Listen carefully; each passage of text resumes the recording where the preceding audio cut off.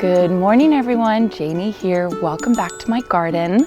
I wanted to give you all a tour of my front garden today for my August front garden tour.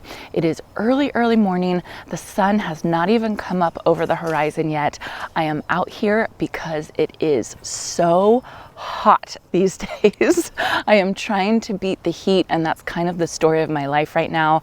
I run out into the garden in the morning. I try and get as much done as I can before it just gets too unbearably hot. And I know a lot of you are dealing with the exact same thing that I'm dealing with. It's just that time of year where things are hot. I'm suffering, I'm sure you all are suffering, our plants are suffering, and it's okay. It's just that time of season where things start to kind of stress a little bit because it's just been nonstop heat. There is reprieve coming soon. I can feel it. I can feel that we're starting to get close to fall. I'm excited about it, but right now I'm just enjoying where we are right now, which is the heat. The girls are going back to school next week, yay! And we're just kind of slowing everything down a little bit, and I'm okay with that. And I'm just saying this so that you feel all okay with that and don't feel like you're guilty or lazy or anything if you don't want to come out into the heat, because I don't want to come out into the heat. So having said that, things of course are not looking in tip-top shape like they do in May or April, but that's okay. It's just that time of year. So let me take you all around. I will show you what's doing fantastic with the heat and what is suffering a little bit.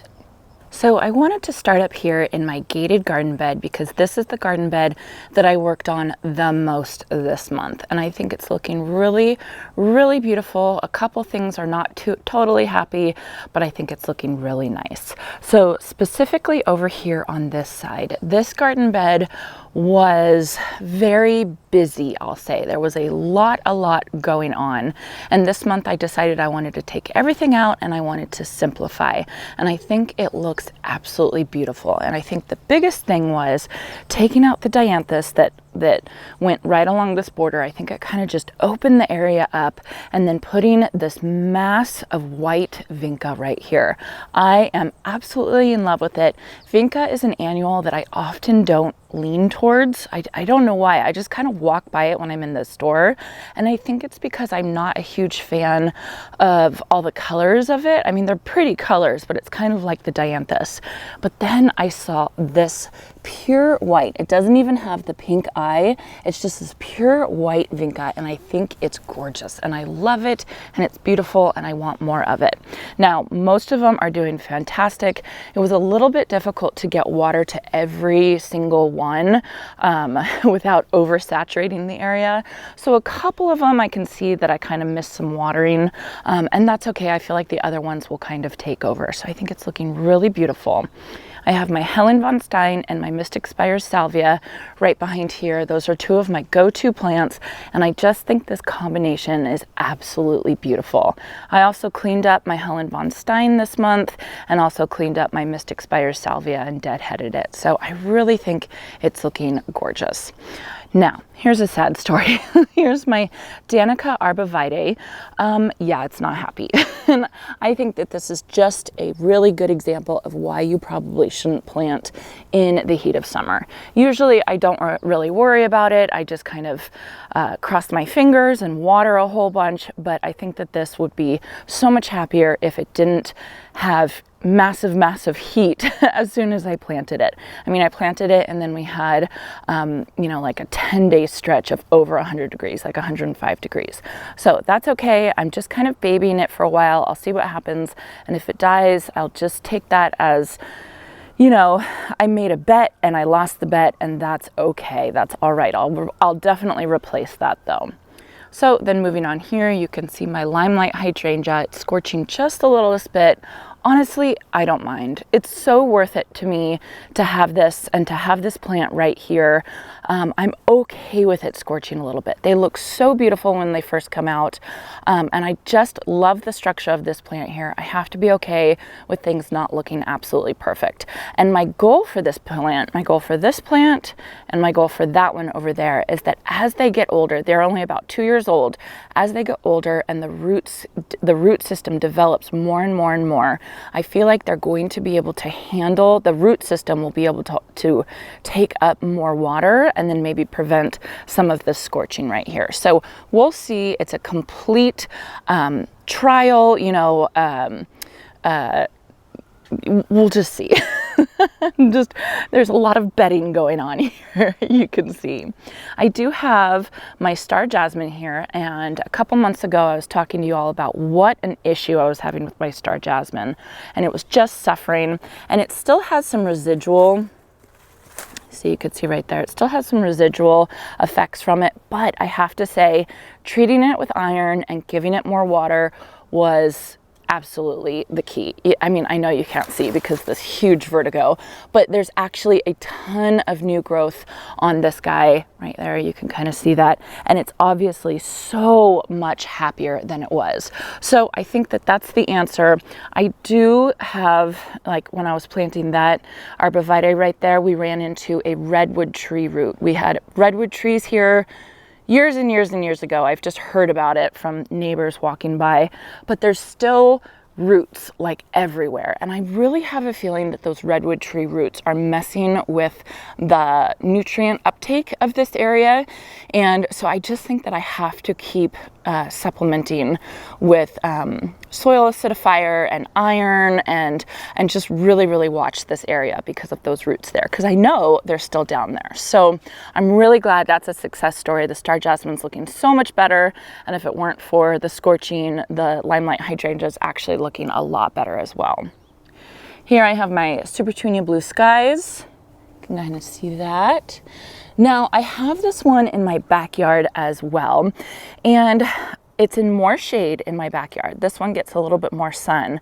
I have to say, I'm not a huge fan of super petunia blue skies when it's in more sun, but in the shade, oh my goodness, it's so beautiful. I love the color when it's in the shade. So if you have more a shady area that you kind of feel like you don't know what type of annual to put there, try the super petunia blue skies, because the color, I'll show you a clip of it right now, is so absolutely beautiful when it gets a little bit more shade. When it's more sun, it kind of bleaches out a little bit, you can see.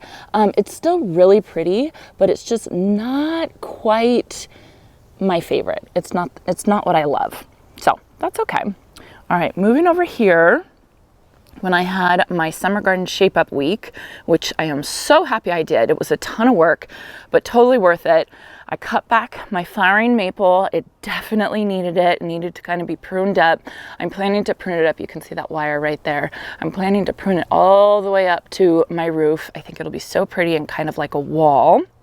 I have my Limelight Prime hydrangeas. They've already kind of changed color. They're this pretty mauve-y color now, and these guys are less than a year old, so they still have some growing to do. And then I have my tiny Tough Stuff mountain hydrangea. I meant to deadhead these during my summer garden shape up week, but I never got around to it, and I really should, because these are reblooming hydrangeas. This one's starting to get really big. But I was looking back at different garden tours that I had earlier in the season, and the color on these when they first came out around May was just so beautiful, and I think I want more of it. So I'm thinking about moving my pulmonaria, I don't know where, but just kind of moving it somewhere and getting more of these and kind of lining them up right in front of my Ivy espalier. I think that that will be so gorgeous. So I think that that's something that I want to work on this fall. Once I really start like intense fall planting, I think that that will be so beautiful. Here's another Limelight Prime hydrangea. This one, it's a new one. It's less than a year old as well. And I think that I pruned it too hard last season because it grew really tall and it had these big heads on it, and it was all kind of leaning over, and it looked like it didn't look dead, but it definitely looked kind of flopped over. So I did go to the store and I went and I got these rings. Can you guys see those? So in an effort to kind of hold them up. So hopefully I won't need those next year, but this year it's keeping it off of the ground. And I think that that's really good. I mean, it helps, I would say. Here's my heliotrope, so beautiful. I cut these back and I'm so glad I did, because they look so much better, and they're even starting to rebloom, and I can still smell the beautiful, beautiful smell. If you guys have never smelled heliotrope, oh my goodness, run to the store and find one and smell it, because it just smells so wonderful. So I was reading, I say it's a vanilla smell. That's how I smell it. But then other people were saying it's a cherry pie smell, which was news to me. I guess I can kind of see it, but to me, it smells like a vanilla smell, and I love it. And then I have my Surefire Rose Begonia that I cut back as well. It's looking much, much better. I'm glad that I took the time to maintain this whole area, because now I'm going to have another couple months until things start getting really cold, where they're going to look so much better and they're not going to look so tired. So it takes a lot of work to come out here in the heat when it's so hot and to actually maintain your plants. But if you can do it, it's so worth it. Oh, sunrise. Isn't that beautiful? I know every single morning that I'm out and I see the sunrise, I know it's going to be a good day. I don't know why. It just sets my day off right.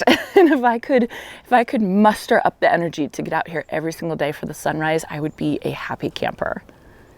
Okay, so walking through my gate, yes, that's my gate stop. I really need to find something a little bit better than that. Here is my monster. I don't even know what to say. It's about 6 or 7 feet wide and 6 or 7 feet tall. This is a Vertigo Sedum. It's beautiful. It's absolutely gorgeous. I get so many comments on it. People are just like blown away by it, right? It's just too big for my garden. It's just too much. So I am keeping it until Halloween. And then on Halloween, I'm gonna decorate it as like Cousin It or something, like Monster. This neighborhood down here, they do a Halloween house decorating contest, and I was invited to join this year, and I'm so excited. So I'm thinking about what I'm gonna do, but I'm definitely gonna decorate this as Cousin It. And then right after that, I'll cut it back and I'll take it out and I'll have to decide what else I'm gonna put there, because I swear I could fit like 5 plants in that area. It has completely taken over my Super Petunia Jazzberry that I planted there, my Homestead Verbena. I have a Chinese fringe flower it's taken over. It's just, yeah, it's a bit much. If you have more space than I have, I think it's a beautiful plant. I love the structure. It's so easy. Like, you don't even have to worry about it, and it takes up all this space. I just don't have enough room for it. It's just, I mean, it's like my whole garden is lopsided now because of it. But that's okay. It's very pretty. It's done what it needed to do. Okay, and then you all can see my arch. This is my lattice arch from Kinsman Garden Supply, and on it I have 2 Eden climbing roses. They're looking good, they're healthy, they're growing so tall. These I planted last November, so they're not even a year old. They started off so short and they've gotten so tall. I'm even getting some blooms right now, which I find shocking because it's so hot, and I actually have stopped fertilizing it because I don't want it to grow this much in the heat. But it's loving its life. It's so happy, and I think they're so beautiful. So can you imagine as it matures and I have these clusters of blooms all over? Oh my goodness, I think it's gonna be beautiful, and I cannot wait for it to kind of reach the top. It's so pretty. Right to the left of that, I have another tutor from Kinsman Garden Supply. This one I actually got off Amazon. I'll link it below. This one I couldn't find on Amazon, and I bought directly from the Kinsman Garden Supply website. I'll link it below as well. I just had to pay for shipping for this one, and I have Amazon Prime, so I didn't have to pay for shipping for this one. I put one of my plumbago plants on it. You can't even see it now because the plumbago's kind of taken it over. But that's okay. I think it's still pretty. I still get that beautiful blue blooms, but it's just not kind of taking over the sidewalk, and it's just kind of holding it in a little bit. So once winter hits, I will come and I will kind of shear it back and prune it back and kind of maintain it a little bit more. Here's my cottage garden. I haven't been working on it too much. I've kind of cleaned it up a little bit. One thing I do want you all to notice is I want you all to notice the fence. We are in the process of painting / staining our fence. We started in our backyard, and it's about I don't know, a third of the way done as of today. And then after I'm done with the backyard, I'm gonna come out here and I'm gonna do this fence. And I'm so excited about it. I love the color I picked out. It's so pretty, and I think it's just gonna make all these plants pop. I think that they're gonna be beautiful. So right here, these are a couple things that I added. Here's some pink damask veronica that is doing so well, so beautiful. I can't wait till spring when they're really like in its full glory, because I think it's going to be such a beautiful show. This limelight hydrangea, this is just about the happiest spot for it. It was suffering, if you guys can see. It was in its can, and we had another heat wave, of course, story of my life, and it all scorched, and I thought I killed it. So I planted it here. I actually was going to give it to my mom, but then I ended up keeping it, and we got her another one. I planted it here, and it's so happy. So I know it's going to be so, so happy here. I'm thinking, do I want to plant more limelight hydrangeas in my cottage garden bed? I don't know. I kind of wanted it to be more of like a mixed border, but I think it's really, really pretty. I have this Nepeta. This is Junior Walker. I actually just cut it all back, but you can see, like, here's one of the blooms. It should rebloom. I actually see buds on it right now. So it should have another flush of blooms, probably one more, but we'll see how it does. And then here, the other thing I found this month as I was at Home Depot, I had this fantastic plant shopping day at Home Depot. And some of the things I found is I found 2 big peony plants. And I had been trying to grow peonies from bulbs. They're doing okay. They're not doing great. They obviously don't like the sun. But this one right here is a Shirley Temple, and this one is a Dr. Alexander Fleming. And you can see this one, it has chlorosis, really, I mean, it's bright yellow at this point. So I've already treated it once. I will just continue to treat it. Yeah, I mean, I kind of knew peonies were going to be tough for me in my climate. But yeah, it's pretty tough. So we'll see if they bloom next year.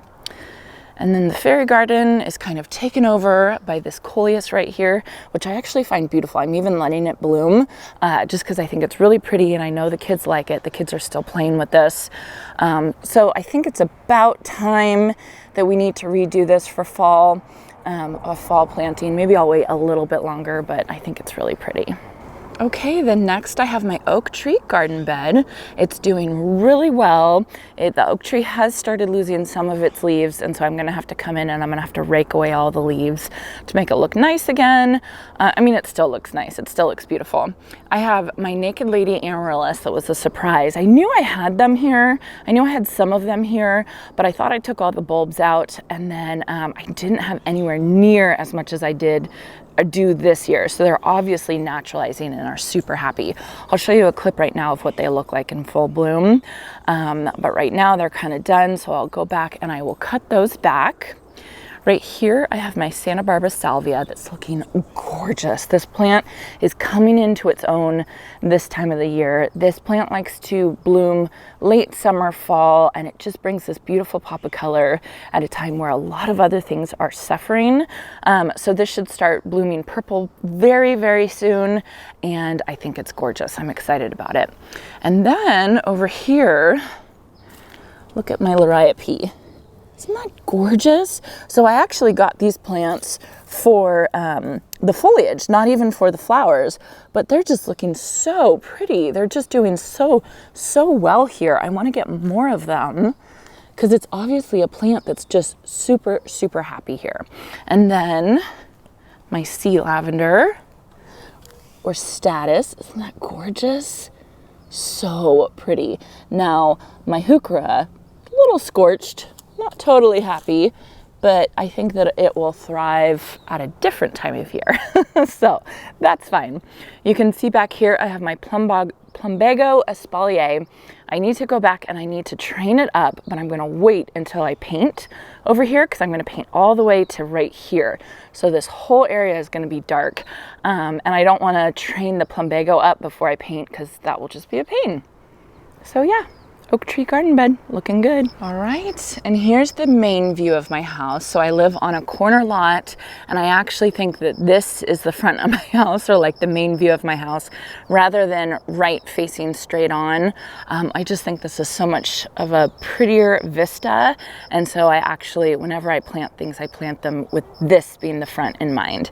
So you can see my annual swoop looking crazy. The Snow Princess lobularia is taken over. It's just taken over.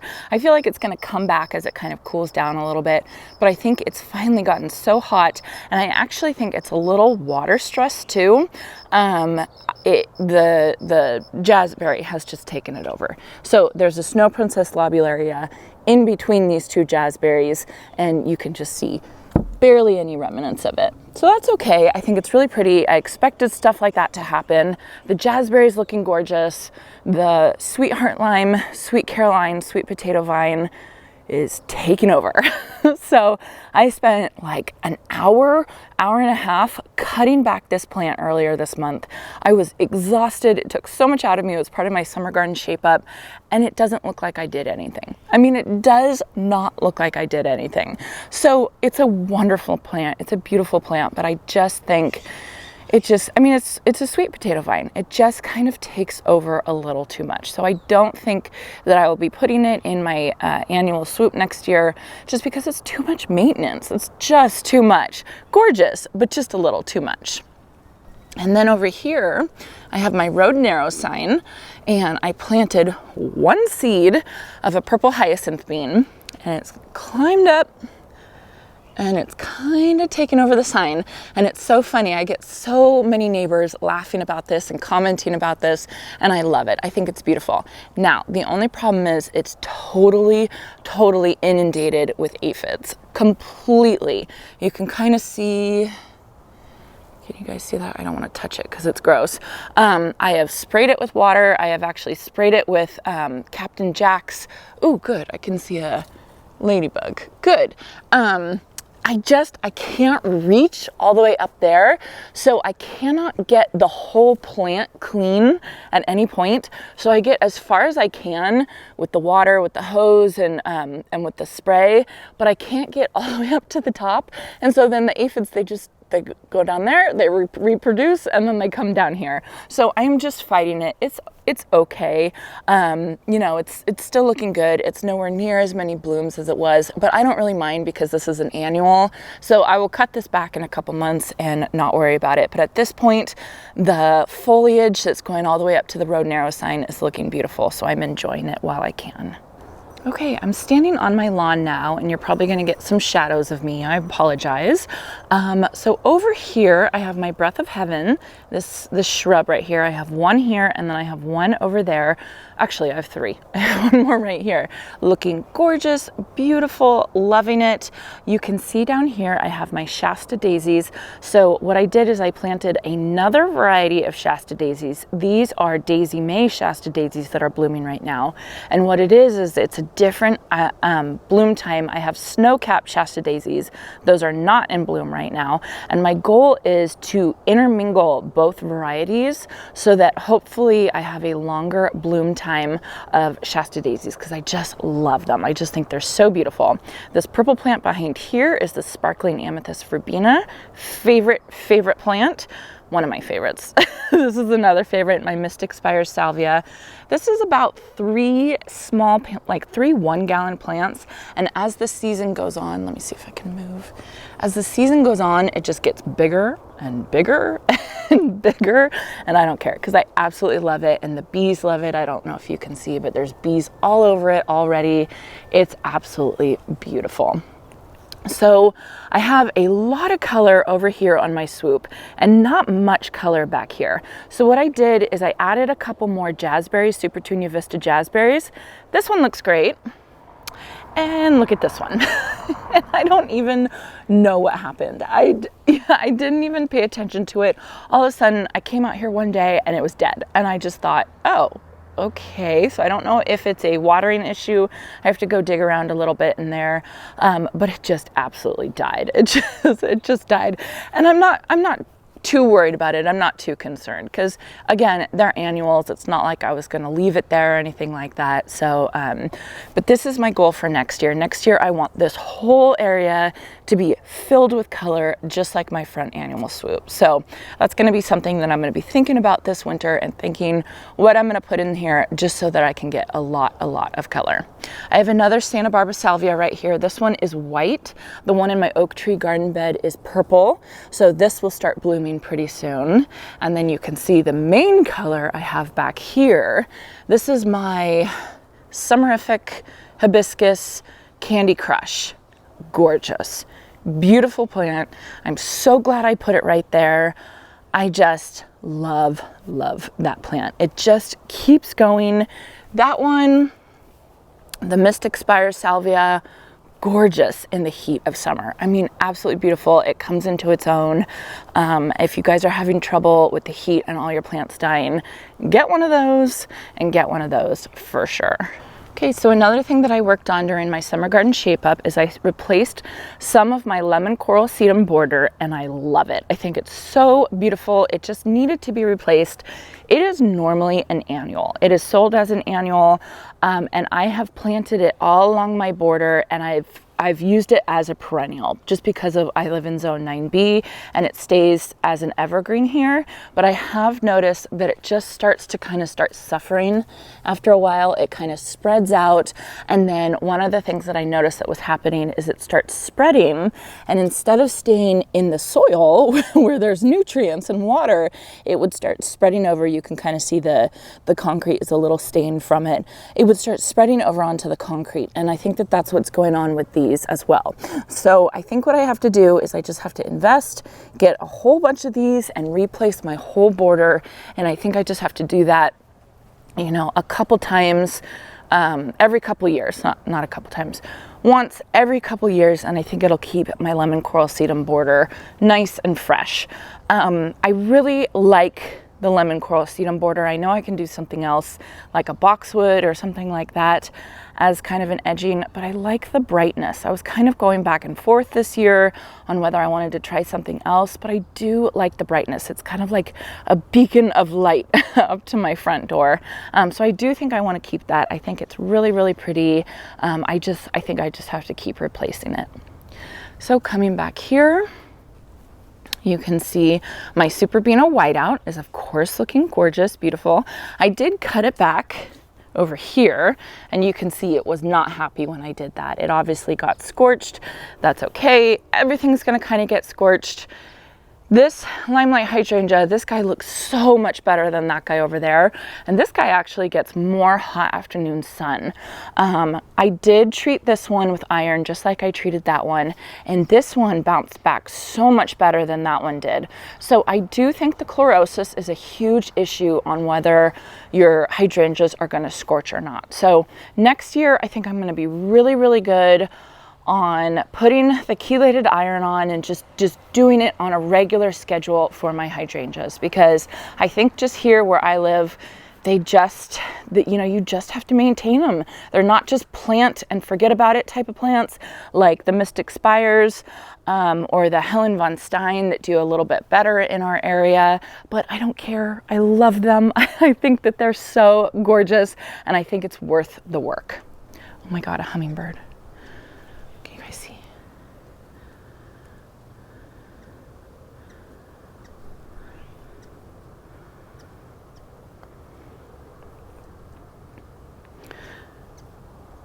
So right here is a Rockin' Fuchsia Salvia from Proven Winners. This plant I got off the clearance rack at Lowe's, and I do nothing to it. I just let it sit there, and I can't kill it. I don't even try and kill it. I just don't do anything to it, but the hummingbirds love it. I see them on it all the time. I need to deadhead it. You guys can probably see that. Oh my goodness, I might have to plant more of these. I have the new one. I have the unplugged pink in my backyard, and the hummingbirds love that one as well. So I think for the sake of my hummingbirds, I'm just gonna have to plant more of those. That was neat. Now for my dahlias. I am not too happy with my dahlias, I'll be honest. I don't know if it's a watering issue. Honestly, I do think it is a watering issue, because what happened was a lot of them came up, and some of them are doing fantastic. Like the Wizard of Oz is doing fantastic. My no name one from Home Depot that I got last year, gorgeous. It's doing fantastic. My Arabian Nights is doing fantastic. But you can kind of just see there's some gaps, right? And I'm pretty sure they're just not getting enough water. I think that that's what it is. So what I did is I did a 1/4 inch drip line here. And so obviously it wasn't one emitter to each dahlia. And I think that that was my mistake. So I think next year when I replant these, I'm just going to go through and I'm going to put one emitter to every dahlia. So I know for sure that they're getting enough water. And then I won't have them dying left and right on me. So I feel bad. I don't know, I'm kind of frustrated about this because I had really high hopes for my dahlia patch, and this being such a prominent section. And we even put in, you know, these stepping stone pathways so people could come up and look at the dahlias, but it's just not looking its best. Look at this. Here's this one. That one's really pretty. And then I staked some of them up, but they didn't get staked up very well. So that's okay. It's a learning process. I will try again next year. I will see if I can do a better job next year with my dahlias. Oh, I did want to show you all. Look at this plant. I am obsessed with this plant right now. It is Floss flower. This is the tall blue planet variety. I got the seeds from Johnny's Seeds. I grew these from seeds. I cut them all back and I dried the flowers and I put them inside, and they were like this big, just foliage. And somebody in the comments section asked me if they would grow back, and I didn't know. Here's your answer. They totally grew back and they're beautiful and I love them. And I was at my mom's house last week and she got the artist blue floss flower from Proven Winners. Hers are gorgeous. I mean, absolutely so beautiful. They're obviously shorter than these tall blue planet varieties, but they're just such a beautiful blue color. I'm telling you, it does not come across on camera very well. It's not, it just doesn't show the vibrancy of the blue color. So I think that this is going on my list as one of those annuals I definitely want to put more of in my garden next season, because they obviously do so well. So really pretty, loving the floss flower this year. And then I have my crepe myrtle garden bed. Here's my crepe myrtle tree. Let me stand back so you guys can see. It kind of comes in and out of bloom now. So the first is this first bright pink flush of blooms, and the whole thing is bright pink and it's beautiful. And then it kind of fades out a little bit and then it kind of comes in and out. It's still gorgeous. I love this tree. This is one of my favorite things about my garden, is this crepe myrtle tree. I think it's so beautiful. So beautiful. I can't say enough about it. It's my favorite thing. So in here, let's see, everything's looking a little messy, I would say, which I don't mind that look. I think it's pretty. Everything looks nice and full, but it just makes me feel like I need to come in and I need to prune and I need to prune and I need to prune. And I don't want to come out here and prune. Also because when I prune, things do scorch, like over in my Super Beano whiteout. So yeah, I think I just have to kind of calm down, let things do what they need to do, and kind of be okay with the season that we're in. And the season that we're in is it's a lot. It's a lot of heat and it's a lot of plants, and that's okay. So I do think that this Dusty Miller I am going to take out. The reason for that is it's kind of splitting in the middle and it's kind of looking a little mangy. I grew this from seed 2 years ago. I've been cutting off of it for cut flower arrangements. It's absolutely beautiful. I just think it's kind of done. I do love the color of it, right? It's kind of like a contrasting color to the other things that are in this crepe myrtle garden bed. So I want to find something else like that I can put in there. I don't know what I'm going to do, but I will find something. I have more Mystic Spire Salvia. Yes, I have a lamp on my front driveway. What the people in my neighborhood do is we'll put stuff out that we don't want anymore, we'll just put it out for people to come and grab it. I had a couple other things out here and people grabbed most of them, but nobody took the lamp, which I mean, it's a beautiful lamp. I just don't have any place for it now. It was actually in one of my girls' rooms and they redecorated their room, so it doesn't go with it anymore, but it's a beautiful lamp. Okay, over here I have my trailing lantana. Can you guys see that? Right here. It's coming out. If you guys saw my last garden tour, I talked about, you know, I'm going to take it out. It's really beautiful. It's a beautiful plant. It just doesn't get enough sun here with the shade of the crepe myrtle tree. Plus I have this gorgeous landscape rock behind it and it just gets covered over. So I really want to put some ground cover there that's a little bit lower so that you can definitely see the rock. I do love the trailing aspect of it. I love, you guys see the sidewalk and the plants are kind of coming over the sidewalk. I love that look. And obviously I can't let it do it too much because the bikers and the walkers and the dog walkers, you know, they need to be able to get through. But I just really love this lush look like that. And the trailing lantana gives that, but it also gives it back up into the garden bed. So I need something a little bit more controlled. It's just not the right place for that lantana.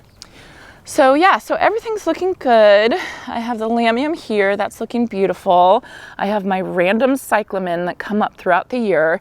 It's just so funny because the cyclamen, they're supposed to bloom in the winter, right? They're like beautiful color in the winter, but mine will just randomly come up throughout the season. I went to another person's house who's a gardener and she pulls her cyclamen every year. And I told her not to do that because they will still bloom and they're perennials for us, but she doesn't want to bother with them. She doesn't mind buying new ones every year. I would rather keep mine because they are an expensive annual for sure. All right, so yeah, so that's my crepe myrtle garden bed. This is my front yard. It's looking a little bit much, right? I think it needs to be pruned up a little bit, but honestly, I'm probably not going to do it. So I spent that week this month, the summer garden shape up week. I totally check out those videos. I will link them down below. I'm so glad I did it. It felt good to get everything in check, but now I'm moving on to more projects, specifically painting the fence in the backyard and on the side yard. I'm so excited to show you guys that. I'm hoping that I finish before I do my backyard garden tour, but you know, no promises. We have to see how much we get done. So thank you everyone for joining me for my August front garden tour. Again, I want to emphasize, don't give yourselves a hard time if your gardens are looking a little messy at this time of year. And the last thing you want to do is come out here and clean it in the heat, because I'm right there with you and I'm okay with it. I mean, I keep telling myself that to make myself feel better, but I'm not gonna come out here in 100-degree weather and try and clean everything up. Gardening is fun. Gardening is a hobby. Gardening is something I love to do, and I don't want to turn it into this massive chore. So if that means that my garden's not looking absolutely perfect, I'm okay with that. So I hope you all enjoyed this. I hope it's cool enough for you all to have a chance to get out into your garden, and I hope you all have a wonderful day.